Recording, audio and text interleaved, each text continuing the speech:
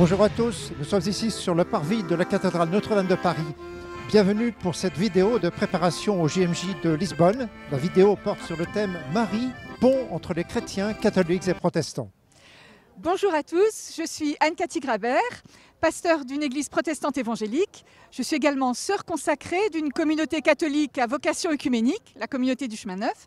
Et j'enseigne au Centre Sèvres, faculté jésuite de Paris, où je suis co-titulaire de la chaire de théologie œcuménique. Mais je suis surtout très heureuse d'être avec vous pour cette vidéo. Je suis Michel Fédoux, prêtre jésuite, professeur de théologie, également au Centre Sèvres, faculté jésuite de Paris. Je suis co-titulaire de la chaire de théologie œcuménique. Je suis très heureux de participer à cette vidéo.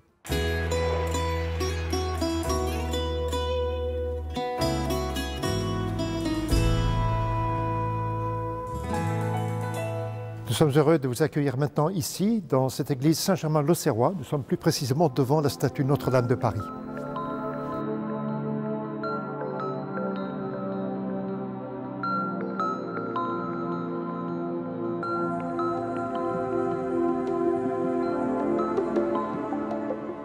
Alors pour les protestants, Marie fait partie de la grande nuée des témoins de la foi. Et donc elle a tout simplement la vocation de témoin. La vocation de témoin, c'est d'indiquer quelqu'un qui n'est pas soi. Donc autrement dit, pour nous, Marie, elle est mère de Jésus et une femme qui a reçu un appel extraordinaire et qui pourtant ne s'indique pas elle-même, ne se montre pas elle-même, mais montre quelqu'un d'autre et passe son temps à montrer quelqu'un d'autre, le Christ et Dieu. Donc parfois on peut avoir l'impression que les protestants minimisent le rôle de Marie ou la place de Marie, mais c'est tout simplement parce que pour nous elle fait partie de la grande nuée des témoins, elle est une parmi d'autres et surtout elle indique quelqu'un d'autre et c'est vers ce quelqu'un d'autre que nous nous tournons.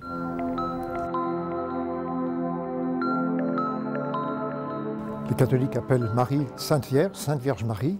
La figure de Marie qui a une place très importante dans la vie des catholiques. Marie, pour les catholiques, c'est celle qui nous tourne vers son Fils Jésus, c'est celle qui intercède pour nous. C'est une fille d'Israël, une femme de notre humanité, mais qui a reçu le don inouï d'être la mère de notre Sauveur. Et à ce titre, nous nous tournons vers elle et nous lui demandons d'intercéder pour nous. Dans la Bible, il y a évidemment quelques passages fondamentaux à propos de Marie. Je pense en particulier aux épisodes de l'Annonciation, de la Visitation, mais d'autres épisodes également. Dans l'évangile de Jean, par exemple, lorsque Marie est au pied de la croix avec le disciple bien-aimé. Et dans la tradition ultérieure de l'Église, Marie a tenu une grande place. Je pense surtout au Concile d'Éphèse au 5e siècle. Marie a été proclamée Mère de Dieu, Théotokos. Par la suite, à l'époque moderne, il y a eu aussi, pour l'Église catholique, des dogmes, le dogme de l'Immaculée Conception et le dogme de l'Assomption, qui ont manifesté la place de Marie dans la dévotion chrétienne et dans la pensée chrétienne. Le dogme de l'Immaculée Conception a été promulgué au XIXe siècle. C'est un dogme qui signifie que Marie, alors même qu'elle est une femme de notre humanité, a reçu le don d'être mère du Sauveur et qu'elle a été préservée de toute faute, précisément en prévision de cette maternité divine qu'allait être la sienne. Quant au dogme de l'Assomption, il a été promulgué plus tard, au XXe siècle, en 1950, c'est un dogme qui évoque la destinée finale de Marie, élevée dans son corps et dans son âme, élevée dans la gloire auprès de son Fils. Alors, bien sûr, on retient effectivement que Marie est mère de Dieu. Ça, bien sûr, mère du Christ qui est Dieu. C'est plus facile pour nous de le dire ainsi. Et on peut dire que toutes les traditions protestantes, à peu près, le disent de cette manière. Mais il y a un point très important, pour nous très important, qui est biblique et qui peut-être aussi donne aussi, là encore, l'impression que les protestants n'honorent pas suffisamment Marie. Alors, quel est-il ce point? Ce point, c'est que Marie a été choisie, une femme choisie parmi toutes les femmes, mais elle fait partie du peuple des humbles et des sans apparence. Luther va beaucoup insister là-dessus pour dire que Marie est humble, fait partie des pauvres et des sans apparence. Et que c'est une bonne nouvelle pour nous, une nouvelle inouïe, c'est que nous sommes choisis, tous choisis, quelle que soit notre vie, quel que soit notre passé, quels que soient nos échecs, si on est sans apparence, pauvre, perdu d'une certaine manière, nous sommes choisis et d'une manière formidable, inouïe, comme Marie l'a été. Donc ça, c'est un point très important. Et nous appuyons là-dessus sur la grande généalogie qui ouvre l'évangile de Matthieu. Dans cette généalogie, que voit-on ? 39 hommes, 5 femmes. 5 femmes, dont 4 du Premier Testament. Et ce sont des femmes, ces 4 femmes, qui ont eu quand même des vies compliquées, avec des échecs. Elles sont étrangères. Et puis ensuite, on a Joseph, l'époux de Marie. Donc on entend parler de Marie. Donc Marie fait aussi partie de ces combattantes, de ces femmes qui sont audacieuses, qui ont pris des risques pour changer l'histoire, pour combattre aussi pour la vie, pour que la vie ait le dernier mot. Et donc nous aimons voir ça, ces 5 femmes dans cette généalogie. Et pour nous, Marie, la bonne nouvelle qu'il y a en Marie, c'est cela, elle est choisie. Et c'est valable pour nous aussi. Et donc Luther insistera, par exemple, pour dire que nous pouvons être, nous aussi, porteurs du Christ. Comme Marie l'a été, spirituellement certes, mais nous sommes, nous aussi, appelés à être porteurs du Christ, qui que nous soyons.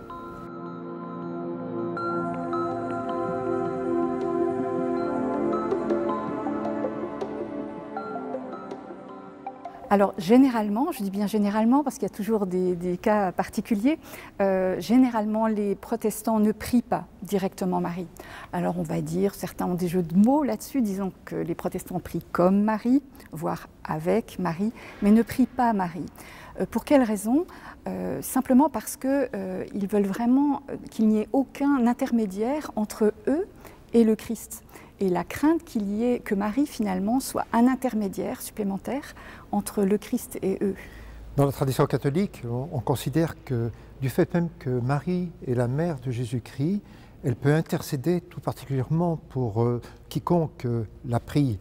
Et donc la prière mariale dans la tradition catholique, c'est une prière qui est en fait tournée vers le Seigneur, mais on passe par l'intercession de Marie. On passe par elle justement parce que, comme mère du Sauveur, on considère qu'elle peut spécialement intercéder pour nous. Naturellement, il y a eu, surtout à l'époque moderne, des déviations, des dérives.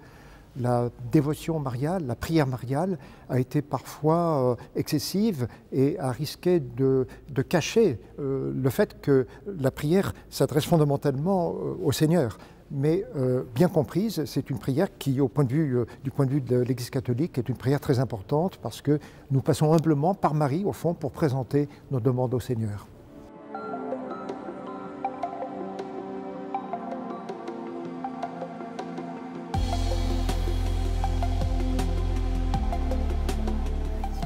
Alors généralement, nous ne prions pas la prière du chapelet telle que les catholiques la prient aujourd'hui.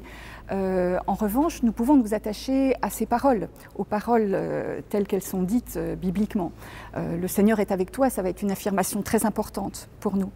Et pour revenir à la question autour de la prière, concernant la prière à Marie, pour nous, je crois, pour nous protestants, Marie est celle qui est particulièrement attentive au manque. Et nous avons l'exemple de Cana, bien sûr. Ils n'ont plus de vin. Elle voit le manque, elle sait le dénoncer, mais elle ne s'y arrête pas, elle ne s'y résout pas. Et c'est là où je reprends la question de l'audace de Marie. Faites tout ce qu'il vous dira. Donc pour nous, elle est exemplaire à ce niveau-là. Et je pense que ça peut nous parler dans le monde d'aujourd'hui, c'est-à-dire ne pas hésiter à voir le manque, mais ne pas s'y résoudre. Et avoir cette audace de dire « faites tout ce qu'il vous dira ». Donc ça n'est pas une prière, mais c'est une manière, je crois, de regarder et de répondre.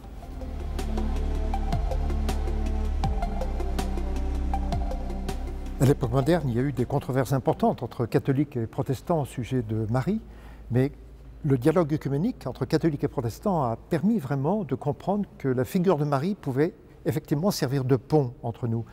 Et je donne une illustration de cela. Le dialogue entre catholiques et protestants nous a aidés comme catholiques à reconnaître que, en réalité, à travers ce qui advient à Marie, tout vient de Dieu, même si Marie consent librement à ce qui lui est demandé de la part du Seigneur. Je suis tout à fait d'accord avec toi et c'est vrai que ça a été un acquis important du dialogue entre nous et réciproquement, je dirais que pour nous protestants, vous nous avez permis finalement de mettre l'accent sur la libre réponse de la créature. Et cette libre réponse, parfois nous n'osons pas tellement insister là-dessus parce que tout est du côté de Dieu et nous avons peur que si tout est du côté de Dieu et que l'on accorde un peu d'importance à la créature, il y aurait un peu moins du côté de Dieu. Mais finalement, ça n'est pas ça et nous parlons plus librement, grâce à ce dialogue, je crois, de la libre réponse de la créature. Est-ce qu'on ne pourrait pas dire aussi que le dialogue entre catholiques et protestants nous a aidés à reconnaître davantage le lien fondamental entre Marie et le Christ? Il y avait parfois, quand même, pour les catholiques, la tentation de considérer Marie isolément. Et le dialogue avec les protestants nous a permis, je crois, de progresser dans une intelligence plus juste du mystère de Marie en lien avec son Fils, Jésus-Christ.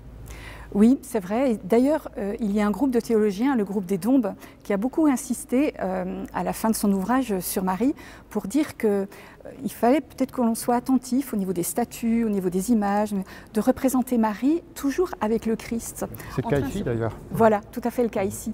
Et je crois que ça, c'est quelque chose aussi qui peut nous aider à ne pas isoler non plus le Christ, mais à le penser aussi avec la nuée des témoins.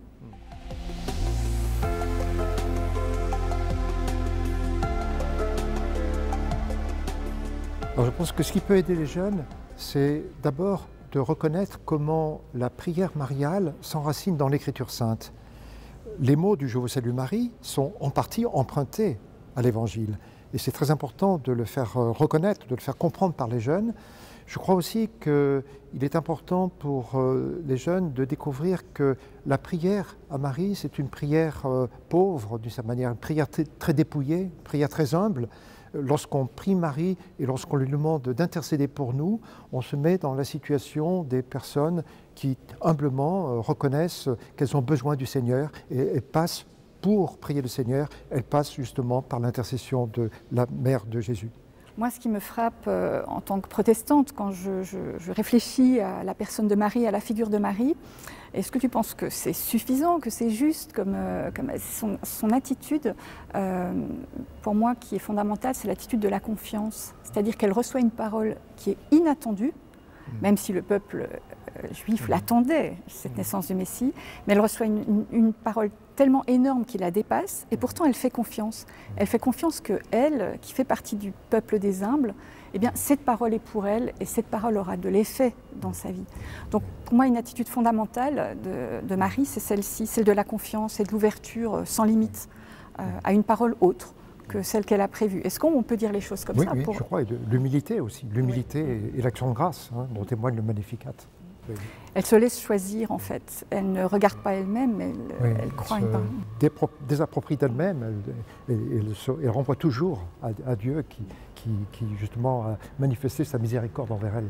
Et ce qui est frappant aussi, c'est que finalement, le seul écrit un peu conséquent que l'on ait d'un protestant sur Marie, au XVIe, celui de Luther, le commentaire du Magnificat, c'est que c'est ça qu'il souligne, que l'attitude fondamentale de Marie, c'est la désappropriation. Et alors c'est intéressant parce qu'il écrit ça à un jeune qui va probablement gouverner, qui sera prince, et il lui dit qu'il le trouvera sa plus grande consolation en regardant Marie. Et surtout qu'il saura gouverner en regardant Marie. Pourquoi? Parce que dans le Magnificat, on voit la logique de Dieu qui est d'élever les humbles et de laisser les riches partir les mains vides. Et donc ce renversement de valeurs, c'est ce à quoi nous sommes appelés et ce à quoi ce jeune était appelé pour gouverner autrement.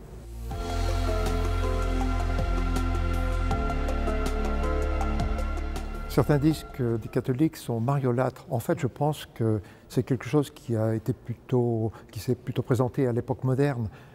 Parfois, au XVIIIe siècle, au XIXe siècle surtout, on pouvait donner l'impression que la prière adressée à Marie envahissait complètement l'existence chrétienne au point de laisser passer, de reléguer à l'arrière-plan la prière au Christ lui-même. Alors je crois effectivement qu'il y a eu un excès de mariolâtrie. On a pu donner l'impression parfois que l'on adorait Marie presque comme une divinité. Mais heureusement, c'est une déviation et ça ne concerne pas, ça ne met pas en cause la foi de la plupart des catholiques qui aujourd'hui précisément refusent cette tentation mariolatrique parce qu'ils reconnaissent que c'est Dieu seul qui doit être adoré. Marie est une femme de notre humanité, c'est une créature, simplement. Étant donné qu'elle est mère du Sauveur, nous passons par elle pour nous adresser à Dieu notre Père. Voilà, je crois que c'est cela qui doit permettre d'échapper à cette tentation de la mariolâtrie. Et il me semble qu'aujourd'hui, nous ne pouvons plus dire, nous protestants, que les catholiques sont mariolâtres. En tout cas, s'ils tiennent compte, si nous tenons compte ensemble des dialogues œcuméniques. Parce que nous avons compris justement cela. Et peut-être nous, en retour, il nous faut entendre l'importance de la médiation, la place des médiations, qui nous fait toujours plus ou moins peur. Alors de manière caricaturale peut-être, mais nous devrions ne plus avoir peur de la place et de la nécessité de ces médiations entre Dieu et nous.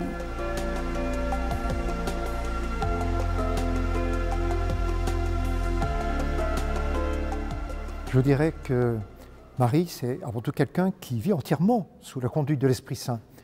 Et pour vous-même, les jeunes que vous êtes, je crois que vivre sous l'Esprit Saint, à l'exemple de Marie, vivre sous la conduite de l'Esprit Saint, c'est entendre son témoignage de foi, c'est entrer soi-même, c'est que vous entriez vous-même davantage dans une démarche de foi, de confiance, d'humilité, et avec le souci de rendre grâce pour les merveilles que le Seigneur accomplit dans vos vies. Ce qui me frappe beaucoup avec Marie, c'est qu'elle est pratiquement toujours en mouvement. Donc elle reçoit une nouvelle inouïe, elle se lève tout de suite, elle part en hâte. Donc elle est toujours en mouvement. Et ça, pour moi, c'est typique de la marche avec l'Esprit Saint, d'être comme ça en mouvement, mobile, dans une pleine ouverture, une pleine confiance. Mais il y a des moments aussi où on a comme l'impression qu'elle s'arrête. C'est quand elle retient toutes ces choses en son cœur. Et ça aussi, pour moi, ça fait partie de la vie avec l'Esprit Saint. Et c'est une manière d'accueillir l'Esprit Saint, et d'une manière très particulière pour Marie. En effet, comment faire le lien? Comment a-t-elle pu, c'est ça que j'admire le plus chez elle, comment a-t-elle pu faire le lien entre des signes parfois très pauvres, un bébé emmailloté dans une mangeoire, et puis tout ce qu'on disait de lui, le sauveur du monde, ce qui allait changer le monde. Comment faire le lien entre la pauvreté du signe et cette annonce? Il n'y a que l'Esprit Saint qui nous permet de tenir cet écart. Et je pense que dans nos vies, c'est comme ça, dans le monde aujourd'hui, c'est comme ça. Nous avons des signes qui paraissent très pauvres, très fragiles dans nos églises, dans nos réalités, les réalités que nous vivons. Mais l'Esprit Saint peut nous faire porter cet écart-là, et on peut y voir des situations nouvelles aussi poindre à l'horizon.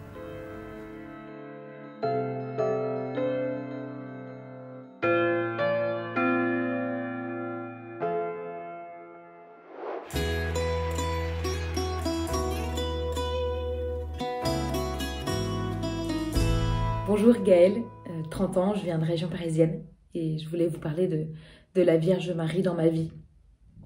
J'aurais vraiment plein d'histoires, plein d'anecdotes à vous raconter. J'ai reçu vraiment beaucoup de grâce. Heureusement pour vous, j'ai été limitée à 1 minute 30, donc je vais vous raconter une anecdote, une des plus marquantes de ces dernières années. C'était celle d'une situation un peu compliquée avec un garçon. Qui a duré au moins 5 ans. Et cette relation compliquée, j'y trouvais pas d'issue, j'y trouvais pas de solution, et ça a été beaucoup d'énergie, beaucoup d'espace mental pris. Et mon dernier recours a été vraiment de remettre tout ça entre les mains de la Vierge à travers une neuvaine, celle de Marie qui défait les nœuds. Et ça a été incroyable. À la fin des 9 jours, j'ai reçu une grâce de paix et la certitude que cette situation était démêlée, quelque chose de vraiment extraordinaire, qui m'a donné envie de suivre, de continuer à suivre, et de surtout remettre, même dans le moindre détail de ma vie, toutes les situations à Marie. Et donc aujourd'hui, elle est vraiment, elle est ma mère et ma reine, et pour rien au monde, je la lâcherai. Bonjour, je m'appelle Tridouard, j'ai 21 ans et je voudrais vous partager quelque chose que la Sainte Vierge a fait pour moi. Donc il y a 3 ans, quand on ne pouvait plus sortir, mon père a proposé à toute la famille d'instaurer un chapelet familial quotidien. Et je l'en bénis aujourd'hui, parce que c'était assez compliqué au début de tenir, et en fait, à partir du 30e jour, pluie de grâce. Et ça tombait vachement bien, parce que je traversais une passe sentimentale assez compliquée. Et la Sainte Vierge a entendu mes prières et m'a accordé bien plus. Elle a simplifié, purifié mon regard, m'a donné un profond respect pour les autres. Et continue de m'enseigner l'humilité, la simplicité, la patience. Mais la plus grande grâce qu'elle puisse me faire, c'est de me faire connaître son Fils. Et donc voyant tous ces changements et mon désir de me donner davantage, mon père spirituel m'a proposé de reprendre la troupe de scouts. Alors là, je le sentais absolument pas du tout pour le coup. Il a insisté, j'ai dit non, si, non, si, non, si, bref. Et fini par gagner. Il n'y avait aucun doute que la Sainte Vierge était derrière tout ça, parce que tous mes doutes, toutes mes craintes se dissipaient dès que j'invoquais son nom. Donc quand j'ai fini par reprendre la troupe de scouts, on a instauré un chapelet quotidien. Et j'étais absolument, mais profondément touché par tous les changements qui s'opéraient dans le cœur de chacun des gars. Donc j'ai parlé de tous ces petits miracles autour de moi, en louant les bienfaits du chapelet. Et j'ai un ami qui m'a confié il n'y a pas très longtemps que ça lui avait, je cite, sauvé la vie. Et j'ai jamais vu une transformation telle chez quelqu'un. Il est rayonnant, humble, généreux, c'est vraiment un exemple. Donc on a calculé, un chapelet ça prend 1,4% de la journée. et ça vaut pour toute l'éternité.